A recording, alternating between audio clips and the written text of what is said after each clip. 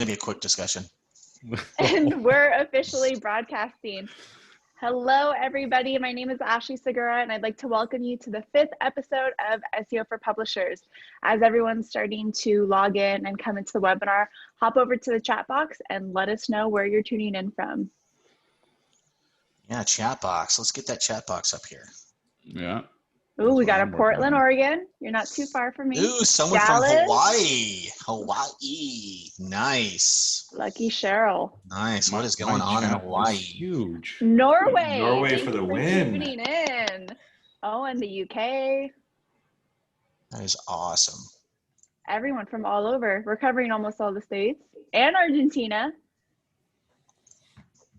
Wow. Look at that. India, Vancouver. Georgia, Vancouver, all over Canada. You know, the internet's amazing. I know what It you're talking truly about. is. This is the coolest thing. And shout out to everybody on a really weird time right now. If it's like the middle of the night or super early in the morning, thank you for still tuning in live. That's fantastic. Lana, who's here. Lana, I just spoke with you today. I am so sorry that we had to spend 2 hours on the call, and now you have to hear me speak again for another hour. Yeesh. I don't know how That's you a lot of handle it. Casey for one day. Wow. My wife zones out after 5 minutes. Seriously, it's crazy. I have to pass notes. We all do what we have to survive, Casey. Never too much, Casey. Oh, thank you, Lana. Your check is in the mail. No problem.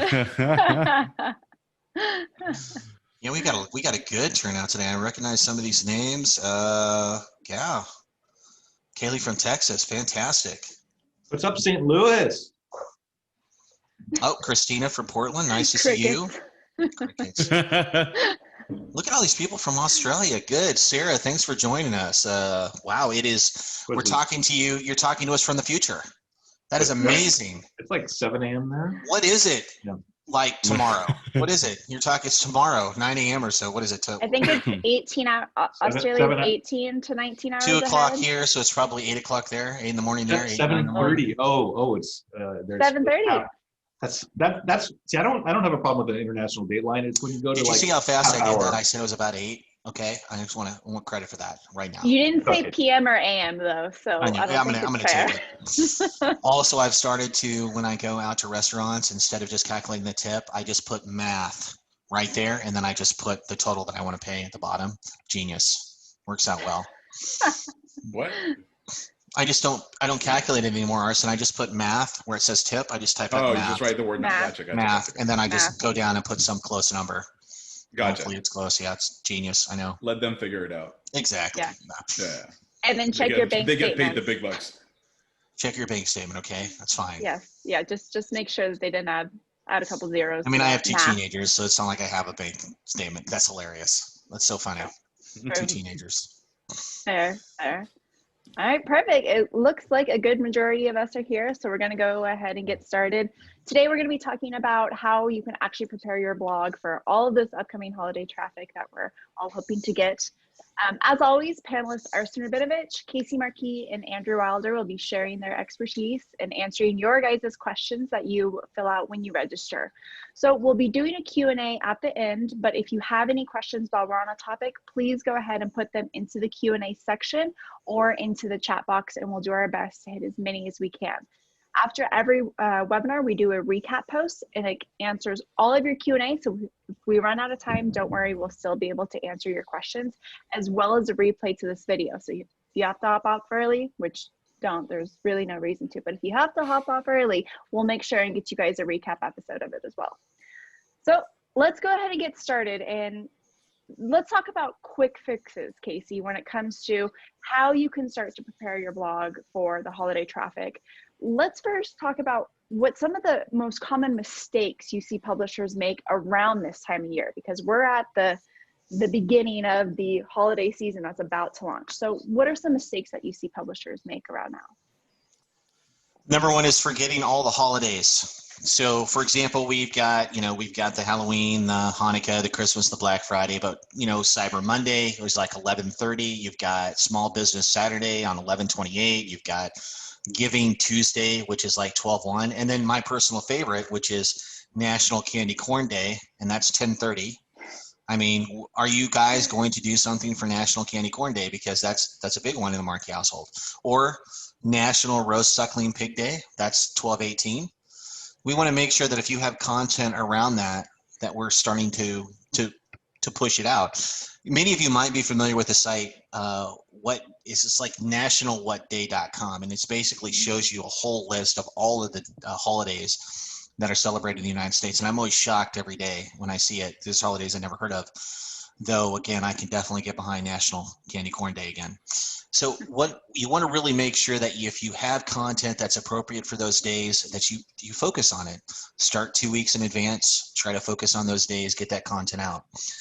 Another one is just forgetting to thank your subscribers, sending out simple emails before we head into the holiday season, sending out emails before Thanksgiving, sending out emails before Christmas.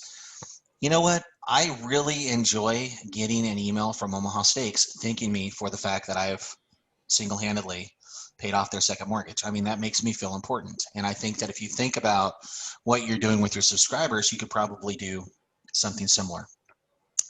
The other thing that's not going to be as popular for those of you on the call is a mistake that I see a lot of bloggers make is listening to your ad company and unduly increasing your ads as you head into this substantially busier year.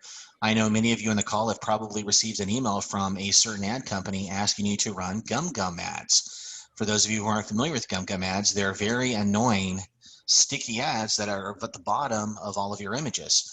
Now, you can imagine that if you have a post that has 12 to 15 images, which is very common, that's an incredible increase in your bottom line ad density. And it's going to be very annoying. And hey, short term, yeah, you're going to make some more money. Long term, it's going to be harder for you to build back up after the holiday season. You're probably going to annoy a lot of your customers, and it's just going to not be great for your UX on mobile and desktop. So, review those little simple tips there very quickly. Hopefully that'll help you. The holiday calendar, that's a great idea, Casey. Usually at the beginning of the year, I'll go to that site, and because it changes every year, go to that site and add on all the holidays and put on reminders. So that way you don't forget anything and you can plan your content in advance. Exactly. I just want you all to understand that, again, Arsen Rabinovich does not like candy corn, so I literally would not trust anything that comes out of his mouth today at all. It's the worst thing ever. It's the worst thing. It doesn't taste like candy or corn. It's not supposed to taste like corn. It's not supposed to taste like corn. That's why you eat it in three pieces. By the way, also circus peanuts, second favorite candy, okay? Very underutilized. Terrible. The worst. Yeah, you lost me there. Yeah. Aside from candy corn, Andrew, where should a publisher's focus be right now? How should publishers, aside from candy corn and adding the holidays to the calendar, make sure they're including all of the holidays, what else should they be preparing themselves for this holiday season? So I think it's important to be looking ahead and thinking ahead, the 30 to 60 days, right? And looking at those holidays. I think it's also a good idea to look at your existing content and see where you have any holes. If you've been blogging for 10 years, you're probably gonna have a ton of turkey recipes, right? Because you've been doing this every year. But if you're getting started, you might want to start thinking about how you can lay the foundation to be building and having more posts. And you may want to think about foundational content. So if you're starting out with how to roast a turkey, let's say, or you can start there and then you build out all the other entrees over the years. Or you could start with some side dishes that are less common, so there's less competition. So I think it's important to be strategic and not try to do everything, because then you're serving nobody, and then we're all just competing with each other, and it's not going to work. Like how to roast a turkey, odds are you're not going to rank well on that. Or if you are, you already are, right? That's just too big of a term. So I think niching down within the holidays could be a really beneficial strategy. One thing, we were just talking about this before the call, one big thing that we want to make sure everybody is aware of is, we're talking about, like, you've got all this content and you're republishing content, but if a post is ranking really well, don't touch it. So if you do happen to have how to roast a turkey in the #2 slot or #1 slot on that search query, do not touch it, please, because the only way you can go is down from there, right? So don't think, oh, I'm going to secure my position on #1, like reinforce that. No, you're just likely to shoot yourself in the foot. So if you're ranking in the top 1, 2, or maybe 3, do not touch it. And actually, I saw Beth's question come in asking if you're in the top 15 search results. but you want to republish. Is that a good idea? I'd say yes, because Yeah, absolutely. that is what could lift you up onto page one by doing that. So just to interject here, just so you guys kind of understand what the breakdown is on traffic, and I know that Ashley and Arsen can correct me if I'm incorrect. The top 3 of the search results literally get about 65 to 70% of all clicks on a page. And when it drops down from 3 to 5, we're dropping down to about 20% of possible clicks, and then it goes substantially lower than that. But even if we can get you onto page 2, we're still getting a good 7 to 10% of click-through traffic in all possible for most queries. So I mean, it is a big deal if we can move you from, say, 15 even to the top of page 2, or preferably to the bottom of page 1. It's a significant traffic boost. We want to try to take advantage of those low flyers whenever we can. That makes sense. Arsen, what are some of the auditing fixes that we can look at addressing right now to help give a boost to certain posts as we head into November and December, aside from republishing them? Are there anything that we should be focusing on, like little mini audits? Yeah, awesome question. So you definitely don't want to do anything major right now, right? Again, if you're ranking at the top of page 1 or close to the top of page 1, don't touch it. Don't play with it. Don't tinker with it. But a few things that will help improve positions, and if not done properly, will not harm you. So it's a kind of like a win-win if you do these things.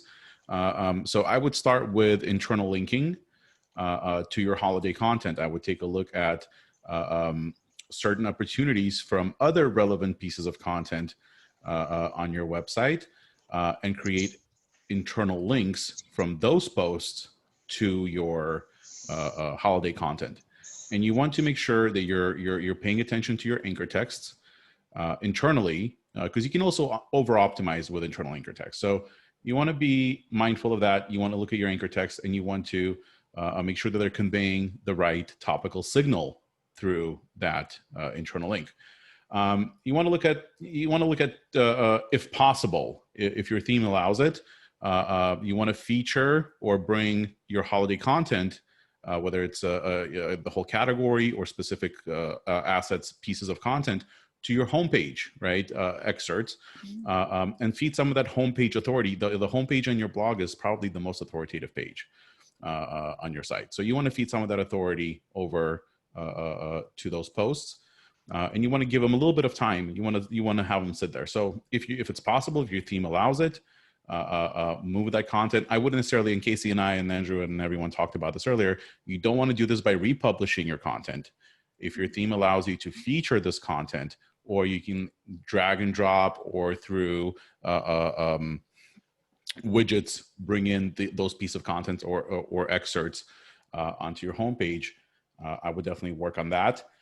Decrease the amount of clicks to your holiday content, right? So show Google that, hey, we're showing more priority to this. And again, internal linking, featuring content on the homepage will help. Will help with decreasing the amount of clicks to get your content. Play with titles. Titles are super important. One of the most important ranking factors. Play with titles. Again, if you're at the top of page 1, don't touch them. But if you're below those positions, definitely go in there. Definitely take a look at who performed the searches on Google. Take a look at the title tags from the guys who are ranking 1, 2, 3, 4, 5, and 6. Take a look at those title tags. Look at the commonalities between them. What are they? Are they saying 10 best, or are they formatting the anchor tag, the title tag in a specific way that's different than yours? You want to mimic that. You want to be as unique as possible while still mimicking that. And playing with your title tag it's an easy thing to do. It sends a really good signal to Google, and you can increase your positions. I mean, we do this all the time when we adjust title tags. But obviously, with everything that you do, you want to carefully make changes, one variable at a time, measure what the outcomes are. And if it's not moving, or it's not performing, or it's performing worse, you always can go back in and change it back to the way it was. So those are the things that I would work on. And obviously, just like look at your posts. If you have large images, resize them, make your page a little bit faster, help your site out, and help your site kind of be more hospitable to the influx of traffic. helping your site out, Andrew, is checking your hosting and kind of checking the back end of your site going to also help your site out? Or would you avoid doing anything too technical on the back end of the site itself around this time? Well, we all know this is the highest traffic time of year. I think, for many of my clients, the day before Thanksgiving is just insane, right? Because that's when everybody's in the kitchen cooking and Googling recipes. And so you do want to make sure your site is running smoothly, that you have enough server power, that your site will stay online. Because if you're on an underpowered host, your site might be hitting resource limits and go offline, which would be, of course, the worst possible time for that to happen. So I don't recommend making like huge sweeping technical changes the day before Thanksgiving. But what you want to do is make sure that you're on a fast enough hosting platform, and caching is the most important thing to help you out in this kind of situation. So caching is where WordPress will render a page and then it'll store that page to serve it later, and that happens much faster. With our services, we actually do 2 tiers of caching. We do one with Cloudflare on the CDN and do it on the server. And so once that gets stored, your server can serve that really fast. So you can get 100 and 200 hits in a few minutes, and it just boom, boom, boom, the server will spit that back out. But if it has to generate the page every time, it's going to really struggle. And one of the pitfalls to be careful of with caching, and most of you probably have caching in place. If not, I recommend the WP Rocket plugin.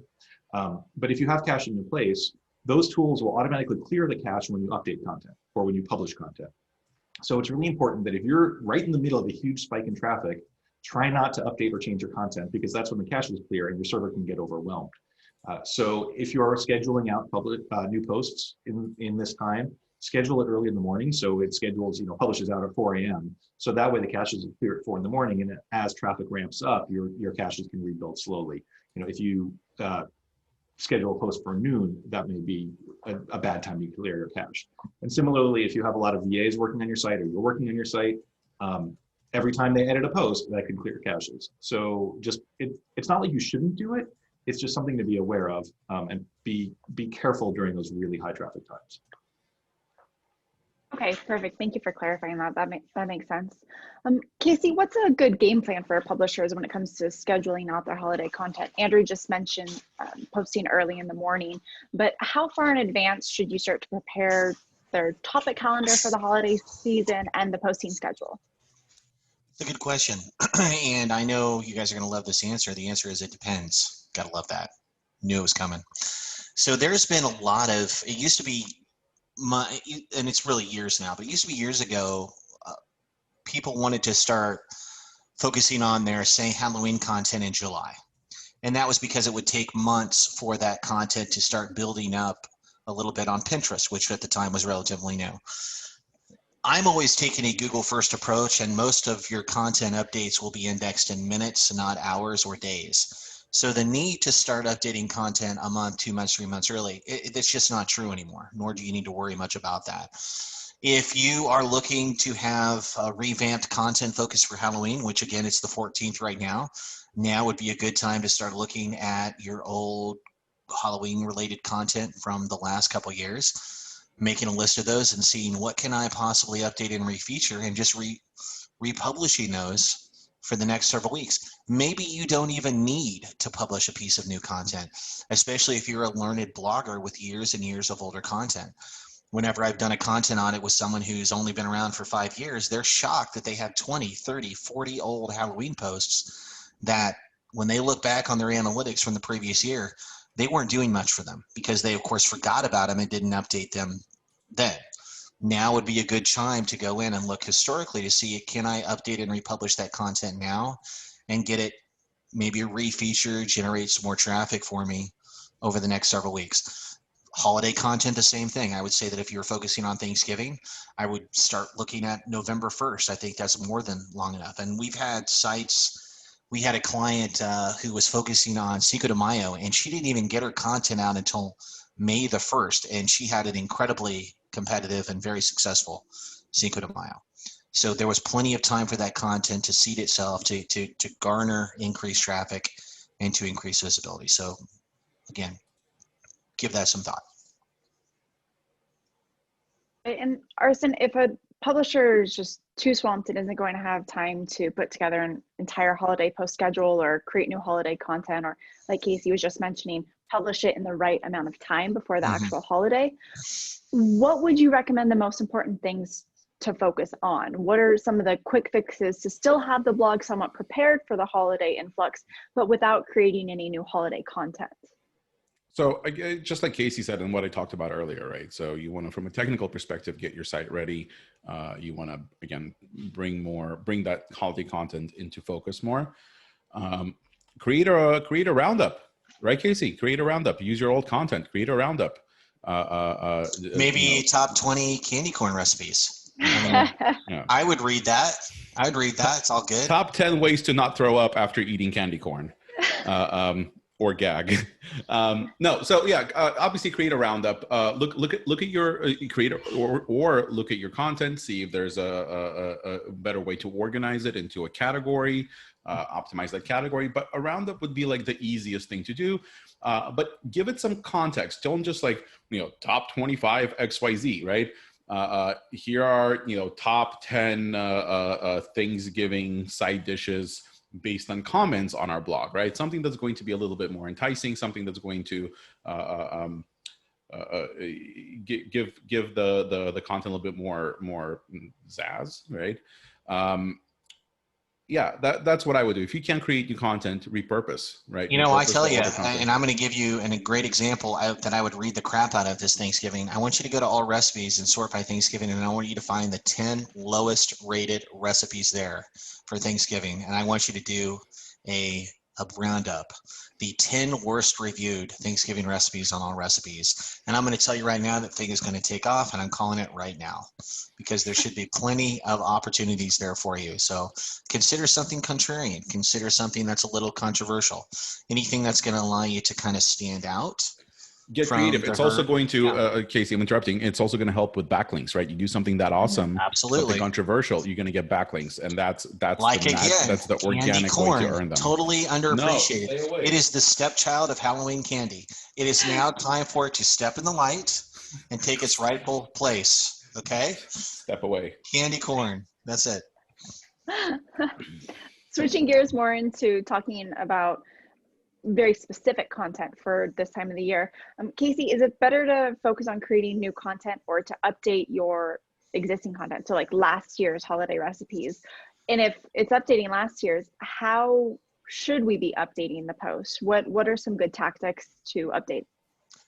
I briefly touched upon this a couple minutes ago, but I would like to say that you should do both, and you can do both. But I think you're going to find that when you start doing a content audit and do a content inventory of all the previous content you've had on your site over the last several years, you're going to be shocked at how many of these older, again, we'll stick with the Halloween theme, Halloween related posts are on your site. I visited Lana, going to use you as an example today. We visited with Lana today, and we were looking through her content inventory and all the posts that weren't garnering traffic on her site, and there was a couple Halloween posts on there that I don't even think that she realized they were there.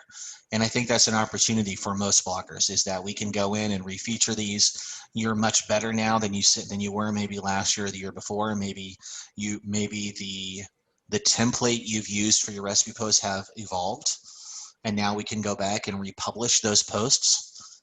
We don't go back and change the date just because we want it to be featured anew. We go in and make improvements so that we can get it to go out again anew. Maybe we republish it so it pops onto the homepage, goes out anew to the RSS feed. Maybe we add some new pins to it, refeature it as much as we can. We never change the URL, obviously, but whatever we can do to refeature that post on our site, we want to do. And I'm sure every one of you would agree that it's much easier to revitalize existing content than it is for you to spend time putting together completely new pieces of content. So let's work smarter, not harder. Get a nice glass of milk, bag of candy corn, sit down. Let's republish that content as much as we can. Casey, could you real briefly touch on what some of those metrics are when you're looking at posts, like a Halloween post that didn't perform well? What makes you think it didn't perform well? What are you looking at initially, and before you dive into a deep audit? So one of the fastest ways I'm going to look at is, first of all, I'm going to go to analytics and I'm going to do a report from last October to see if I have any Halloween related content there that performed well last year. If I did, that's probably the first content that I'm going to look at refeaturing again this year. Content that I already know connected well. And again, now that Andrew's moved with a candy corn background, this is now, we've gone to the next level. This literally is the greatest webinar you guys will ever attend. You're welcome. So as we talk about the content, the very first thing I would want to do would be a Google Analytics audit. Let's go in, find what performed well last year, look at it. Can I improve this? How are the headings? As many of you know, a lot of bloggers got hit last year negatively because, well, not even last year, November, January, May of this year, because of over-optimized headings. Can I go in and dial back some of the over-optimization? Can I go in and add some FAQs? Can I go in and fully enhance the recipe card? Can I throw some internal links to this post from other related content? How's the page speed? Can I do something with the images? There's a litany of things that we can do to improve this older content. Let's dial that in and republish the content anew to a waiting and thirsty audience. That's what I'd focus on. And Arsen, how essential is video content during the holiday time period? And any tips for creating video content that's simple to put together that pretty much anyone can do? Well, yeah. So like video is not going to like help you with with rankings. I don't think so, with like organic SEO, but video does play an important part. You fulfill certain requirements within the recipe card, right? From the schema perspective, that are not requirements, right? Those are not required, but you still you fill it in. I think with your ad networks, it allows you to monetize the video, right? You can create pre-rolls, right? If you do create video. And then there's some benefits for certain, search results. We're seeing a lot of video featured snippets for how-to content. So it does help. You can create videos from your content. I'm going to do a shameless plug. We're actually working on the product right now, Top Hat Content, where we're creating, we'll be able to create videos from your recipe posts, from your roundups and recipes, using your process photography. But you can do this yourself. We're just offering it to people who don't have the time. You can easily do this yourself. You can create really simple videos using all kinds of online video creation systems that utilizes your process photography, moving backgrounds and text to create really awesome videos for people who like to digest content that way instead of reading. But yeah, video is super awesome, and it creates it turns your content, it turns your content more into an experience, right? So like you're not only providing text and the recipe card, you're also providing video. So it becomes a richer piece of content, and then markup and everything else goes along with that. Okay, that makes sense. And Andrew, how should a publisher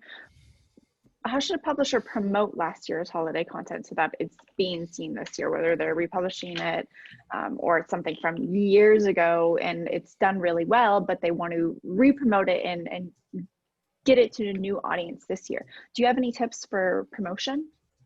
Yeah, so republishing obviously is like, it's all still internal on your site, and that's only one technique. Social media is still really important. If you've built an audience on Facebook, reshare that link on your Facebook page. I mean, it's really as simple as that. Doing roundup posts like we talked about. Focus on your sidebar. Sharing 6 or 8 of your best Halloween recipes in your sidebar is really important to help surface that content, and that sends a strong signal to Google. It's a reminder of, hey, I've got this I've got this content. The other thing is your email list. A lot of you may send out just an RSS to email list where your new content gets published out, but like we were talking about the strategy of what if you've got something that's on the number one search result, you don't want to republish that just so it goes out on your email list. So why don't you do a Halloween newsletter? Send out, you take your roundup and basically send that in an email form. You don't have to drive people to a roundup post necessarily. It can be like, hey, everybody, Halloween's coming up. Here are all my candy corn recipes. And then, you can do another one for Thanksgiving. And so, and that I think also makes it a little more personal and has more engagement with your readers too, right? Because it's more topical. It's not just this automated, like, here's my next post kind of thing. And Arsen, with the holidays come a lot of similar recipes, like we've talked about, either republishing old posts or trying to figure out how to come up with another Thanksgiving side dish that's a little bit unique. So is it cannibalizing content if a publisher does multiple recipes that are kind of a spin-off of a single recipe? For example, like apple pie bars, apple pie truffles. No, that's not cannibalization. And this is one of my favorite topics to talk about. Right. So if you organize your content properly into specific categories or topics or topical silos, they won't compete. Right. Google will understand that these are all of your recipes for all of your candy corn themed food. Right. So you can definitely create content variations that are covering a similar topic. As long as you don't have like two of the same recipes, like the candy corn cookies that are exactly the same or very much similar. As long as you're organizing, you're creating relationships between those pages. You can clearly denote that, like, so I've seen some bloggers do, they have a very similar recipe that was created using like a pressure cooker, and then the same recipe was created using a air fryer, let's say, right? So different preparation methods. So you can definitely have those two separate, because those are two separate things. They're just on a very similar topic, as long as you can clearly identify the two differences, right? And link from one to another, saying here's the same recipe, but using an air fryer. And then that one links back saying here's an air recipe. So yeah, it's not going to create cannibalization. You might create competition between two posts. But again, if you create enough signaling between those two posts to tell Google and users that these are two separate things, then you should be fine. Okay. So then it's safe to do so. Casey, we have a question in the Q&A that kind of touches on your last point with content audits and metrics to look at, from Tammy Spencer, asking, is this the time of year to do a content audit and no index the quote unquote weeds? Would you suggest going all the way into a content audit right now, or how would you approach that? The best way to do content audit is all the time. It's never ending. It's not really seasonal. I mean, when we're doing a content auditing, we're looking at seasonal content. So now as you're going through the site, maybe you're looking at these 12 or 15 used years. I know a lot of you have been blogging for that long, which is crazy. Hats off to you for that. But maybe you've got a decade's worth of Halloween content. Maybe you now realize I don't need all of it. Now would be a good time seasonally to focus in on that. Maybe when you're doing your content audit, if you've never done content auditing, it can be a little overwhelming, but you're going to go into Search Console, you're going to do a 90 days, 120 days, or maybe 6-month view, sort your content by clicks. You're going to be shocked at how many posts are on your site that have no clicks from Google over an extended period of time. Start with those. Ask yourself, why do these posts have no clicks? Maybe they have a lot of impressions, but no clicks. So this is Google telling you that, hey, we're showing you, but you're on page 7 or 8. And so, yeah, you're getting 4,000 impressions, but these are people who might have seen you as they were scrolling through the search results, but you're not going to garner any clicks. And I usually just export all the content, and then I sort it by impressions. Everything that doesn't have clicks, then I sort it by impressions. And I start at the top. Okay, this top recipe here has 4,000 impressions. Okay, well, this is Google telling me that I'm getting eyeballs on it, but it's too far back, or maybe there's some content quality issues with it. I would start looking at possibly revisiting this content, updating it, and republishing it based upon how I can improve it based upon my change in quality practices over the last year or so. Always work seasonally first. Work with your seasonal content first. We have content. I've talked about the buckets before. Bucket number 1 is content that there's no seasonality component to. You can have it today, you can have it tomorrow, you can have it next week. Banana cream pie, that's a year-round dessert. Bucket number 2 might be anything with pumpkin in it, anything with cranberries, anything with candy corn. Maybe, I always say that candy corn could be year-round, but nevertheless, let's just, for the sake of this discussion, seasonal. That's content that is only going to be able to hit. You're going to be able to hit the iron at a certain finite point in time. So, if you've got eggnog is a great example, eggnog cookies, eggnog ice cream, these various eggnog related thumbprint cookies, which are very popular and I love. We're not going to worry about that right now. That's not seasonally appropriate. We're going to come back and visit that content probably the second week or so of November. And that's when we would start updating and looking to publish that kind of content as we head towards Christmas. So focus seasonally first and go from there. Speaking of seasonal content, Andrew, are gift guides going to still be a relevant thing to do this holiday season? And if so, what's the proper way to include affiliate links? Because I see publishers do it in all sorts of ways and fashions, but what's the best way to do it? So yes, I think gift guides are still, now more than ever, I think, relevant. I don't, just because we're all physically distant doesn't mean we're not going to be sending each other gifts. And in fact, I think with our longing for connection, gift giving maybe even higher. I don't know, I'm speculating. Candy corn fruitcake. I see it now. It's going to be awesome. I hope Casey does not send us all baskets of candy corn. Candy corn fruitcake. It will unfriend him. Ashley, can you mute Casey for just 1 second? Where was I? Gift guides, I think, are still very relevant. They are a revenue driver for a lot of us with affiliate links. There are legal guidelines around those affiliate links. It's really important that you reveal to your readers that they are affiliate links if you're using them. Basically, anytime a link has any sort of financial involvement, you need to tell people that, because that's good transparency. The link needs to be clear and conspicuous.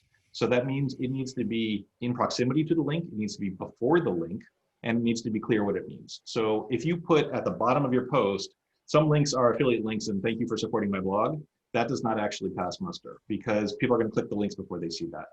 And the reason for this is because people need to understand that you have a vested interest in them clicking that link and purchasing something. There's not necessarily anything wrong with that, right?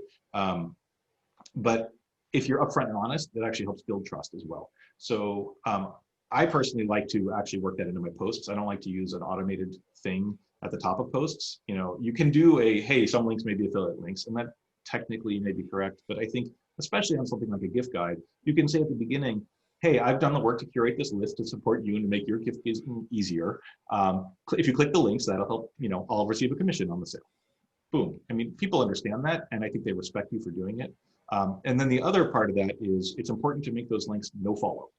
So in the code, when you build the link, you have to actually you check the box to make it rel equals no follow. And what that does is it tells Google that basically this is a paid link of sorts, and they will discount it.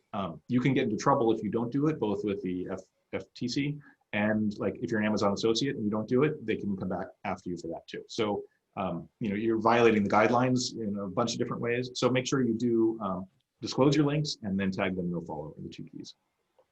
So it's not just for SEO. Yeah, that's scary. Arsen, there's been a lot of talk in the publisher world about how different this holiday season is going to be and like different holiday topics.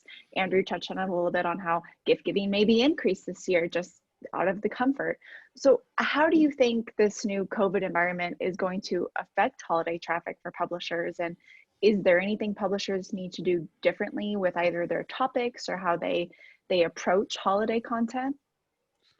So, I mean, it's weird because we kind of don't have, we haven't been through this before, right? This kind of a year. So there's really no way to kind of predict the seasonality effect. But you should be looking at your content that performed very well in the past, keeping in mind that people will probably have smaller gatherings, less people will be attending. And maybe focus around accommodating that as a part of the intent for the piece of content. Obviously, do your keyword research. The tools haven't caught up much with what's happening in the world yet, because the data is all historic, right? But then you can also look at what queries you can look at Google Trend and see like the queries that are coming up that are just breakout queries, and see if people are searching for recipes that accommodate smaller groups of people, or provide that on your within the recipe, saying if you're cooking this for a smaller group, here's how I would adjust the recipe, right? But yeah, definitely think of it that way. Okay. Casey, we had a question come in during registration about Google's newest feature pertaining to tags. And why is Google emailing asking publishers to participate and do the get my new tag? Can you kind of explain this to other publishers who may have received a similar email? Oh, yeah, absolutely. So this came out, the emails went out on September the 30th. I know many of you on the call received it. And basically this is called a new global site tag. That's literally the fancy word for a global site tag. And it's a job, it's basically Google's desire is to try to use one tag across all their many product and service offerings to consolidate, make things a little bit easier. And so they can, and their carrot for you to do this is to get a little bit more data back as well. So a lot of you on the call are not going to get huge benefits unless you have products or unless you have e-commerce capabilities, because that's really the big carrot that they're throwing here.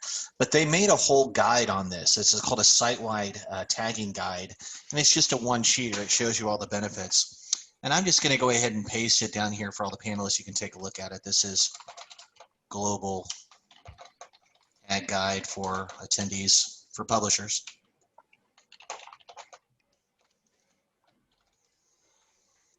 A lot of people are like, well, should I do this? What's the downside? There is no downside. It's really a matter of you just switching out one tag for the other. You don't want to run both tags. You would just paste, you take it, paste the tag in, remove your existing tag, done. Same thing. If you want to take a look at kind of a little bit more information on kind of where this tag is going and what it means to Google, maybe you're incredibly bored and you don't have any candy corn, this is a page that has tons of information on it. Perfect. Thank you for sharing that in the chat. And in the recap page, we're going to make sure all the resources that have been shared in the chat that we talked about is included in there as well, if you missed that. But yeah, bottom line, this is just for, there's a little bit more increased cross-platform attribution possible for you so that you can actually recover. You know, one of the things that we get a lot of is, for example, direct traffic. Direct traffic is kind of confusing to a lot of publishers because that direct traffic can happen because people linked over from a non-HTTPS site, or it's an email link, or it went through a filter, or it's a bit.ly URL. There are dozens of reasons something that should be tracked. Analytics is misfiring. Analytics is misfiring. Cross-channel noise. Yeah, all kinds of stuff. Maybe that traffic is from Pinterest. Maybe that traffic is from Google Organic, but we've lost the referral on it, and so Google just dumps it in to the direct channel. This tag is going to help with that. This tag will make it easier for Google to refine and see exactly in many cases where that traffic is coming from. So this will help you. You might see a noticeable decrease in direct traffic because now the traffic is becoming more easily for Google to classify correctly at their end. Okay. And Andrew, talking about post-holidays, I know it's a little soon, but it's good to start getting into the mindset, okay, after all of this traffic, what do you do? Are there any strategies or any appropriate house cleaning things that you recommend waiting until after the holiday season to do? Well, first you need to make yourself a green smoothie and do your own detox. And then, you know, I think it's then looking ahead, right? So there are always more holidays coming up. So, you know, January 1st, it's not going to make sense to have all those decadent recipes, decadent desserts featured in your sidebar anymore because everybody is switching to green smoothies. So you want to change that up and change that stuff out on your homepage and in your sidebar and start republishing all your health focused stuff and, you know, all the New Year's resolutions related stuff, right? And because everybody's changed their mindset. And you know, and we're also in winter, so you might be posting just other winter recipes, you know, hearty soups and stuff like that. Mm-hmm. But it's just, I think, keep moving forward. Yeah, perfect. And that's again where the website that Casey talks about in the beginning of the holidays for the whole year is definitely going to come in handy to look at the beginning of the year and make sure you have everything on your calendar. All right, we are going to open up to Q&A now. We already have a bunch of questions in there. So if you have a question that we haven't addressed yet, please head over into the Q&A box and add it. Arsen, I'm going to send the first one to you. It's from Tammy Spencer. If you're looking at GSC performance report for pages, what is the criteria they use for position? It's an average position. So they're looking at, your positions fluctuate all the time, right? You're not like stuck in one place. Depending on which query, what device, and all that. So you'll see those average positions. What we like to look at is clicks, GSC clicks, and positions as a metric. Impressions are a good indicator of things, but you look at the clicks and the average position, and then it is weird because you can be like 3.5 in the position, right? You're like, what the hell is 3.5, right? Like, how am I in the middle? So it's just like it's an average, right? So you can when you're 3.5, you can safely assume that you're hovering between position 3 and position 4 for that query, right? The other thing that you should probably take a look at in GSC, a little trick that I do and our team does, is once you've isolated to a specific page, so you've clicked on the URL, and you've isolated to a specific page, gives you all of the queries that this page ranks for. Then you can sort that by average position and clicks and impressions. And then towards the top, you can take a look at the queries that are getting the most. And then you can start looking at the queries that are sliding in position, but still get a lot of impressions, but the clicks are slowly decreasing. Click on that query and then remove that page from the top filter. So you just click the X next to the URL, and then it's going to show you all the other pages on your site that are competing for that keyword. And you can see over a period of time that at certain points, Google might have shuffled and selected a different page on your website for that query, because Google might have thought that that page was a better place for the user to go to, or that page does a better job at answering that search, that query. So you can start looking at pages that are essentially creating competition internally and start addressing that as well. Okay. And another question, Andrew, about the affiliate disclaimer. So having the affiliate disclaimer at the top of the post is sufficient enough, or does there need to be more? Do you have to repeat the disclaimer just before the links also? Could you kind of dive into, since you were talking about affiliate links, the disclaimer portion? Sure. I'm not a lawyer, so don't hold me to this, but if you have it at the top of your post, I think that meets the criteria of clear and conspicuous.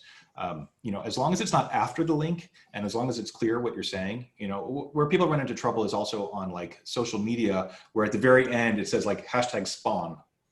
Like, people don't necessarily know what spawn means, right? And that's short for sponsored, apparently, right? So that's not clear, and it's at the end of the post, so it's not conspicuous. So as long as you meet those requirements, you really should be fine. I personally like to do it by hand on something like a gift guide. Like, if you're just peppering in a couple affiliate links throughout your posts regularly, I think that affiliate disclaimer at the top is just fine. But if you're doing a gift guide, make it personal. If your readers like you, they're going to want to click those links to support you. So why not take advantage of that as well? And if they don't realize that, then they may go somewhere else and click a link. But if they know it, they actually may be more inclined to click the link and get you the credit too. That makes sense. Then everybody wins. Yep. Casey, a question from Sean Martin. Any early read on Google Web Stories for recipes? I see them for products and some process how-to, but not seeing as many for food creators. They're trying their first one this week on 5 posts. Any recommendations? Yeah, get in early. On October 6th, Google went ahead and introduced a Web Stories carousel that is now live in Discover. That's the first time that the Web Stories carousels have been seen at all in Discover feeds. And again, that just happened last week. Will they have is it possible they could pull in recipe content there? Sure, absolutely. No idea when. Usually recipes tend to be a hotbed of initial changes by Google. Google likes to use them to push out new features, but there's nothing specifically with regards to recipes and web stories that have been pushed through. So yeah, I would urge you to try it out. Let us know how it works. Keep me updated specifically. I'd love to know how it goes. Perfect. Arsen, if you wanted to give gifts to your readers, how would you go about it? Marissa Stewart's asking, would you do it a week in advance for the last days until Christmas? And if you're doing it overseas subscribers, like how do you go about planning that? I have no clue. I don't know what to tell you. It's not an SEO question. Casey? Casey, Andrew, any tips on or any experience of giving gifts to your readers?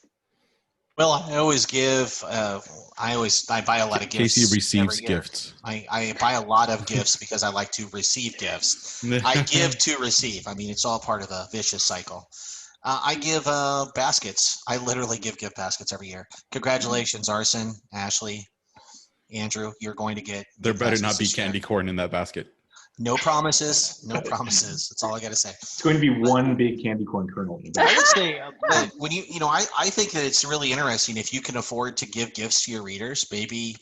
Maybe it's a donation in their name.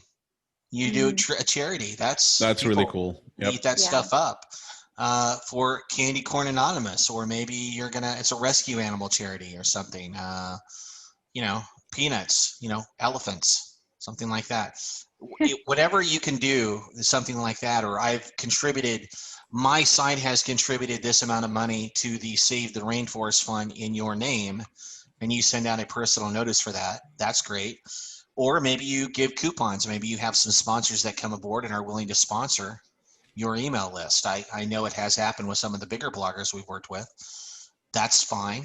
With regards to overseas subscribers, I think that you're going to have the best of luck when you do some kind of a donation related product, or something that is a gift certificate, something that they can redeem themselves online, or maybe you just provide them a subscription to something.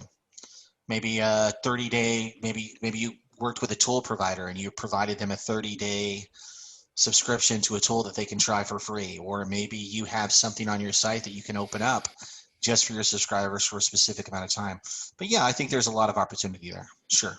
You can reach out to a brand. Sorry, Andrew. You can reach out to a brand if you've done any kind of work with a brand, or you're friendly with a brand, and you can say, hey, obviously my readers are within your target audiences. Is there anything that you and I can work on together that we can give away to our readers? There, I thought of something. Andrew, go ahead. There you go. I was just about to say giveaway, but you can have that.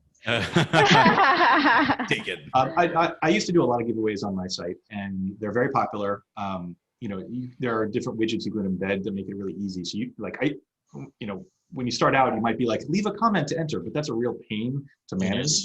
But there's some great tools out there, like King Sumo and Rafflecopter, Thank you. So you just embed their little widget on your page and set it up in there, and people just enter, and you can add viral components to that. So you can say, share my gift guide for a chance to win one item on the gift guide of your choice, or whatever.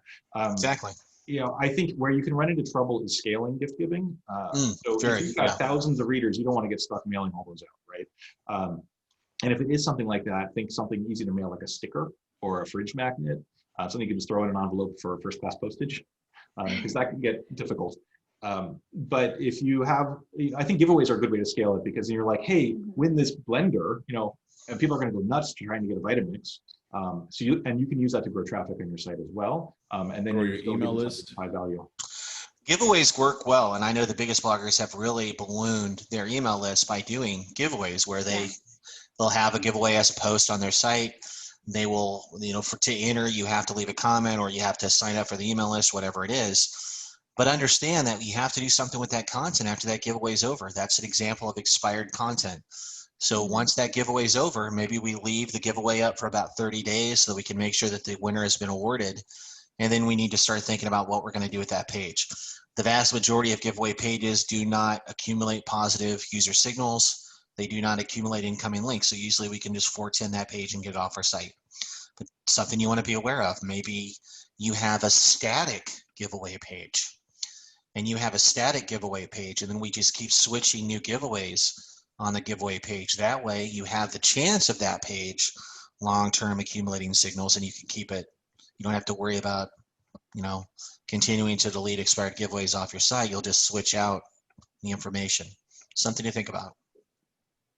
Yeah, and to all of your points, everything that we've talked about today, you definitely want to start planning for now and ahead of time. And giveaways, gifts for your subscribers is no different. You don't want to wait until November, December to do that. You definitely want to start in October, if not even in September. That way you have all your ducks in a row. But with that, that wraps it up for us for the 5th episode of SEO for Publishers. Thank you, everybody, for joining us. You guys are awesome, always bringing the great questions. And of course, a big round of applause to our panelists. Thank you guys for all of your responses and all of the tips today. We'll be sending out a recap and replay of this episode next week. It'll be going to your email, so please be on the lookout in your inbox for an email from Top Hat Rank with the link and the resources. And then we'll also be sending out an email for November's episode.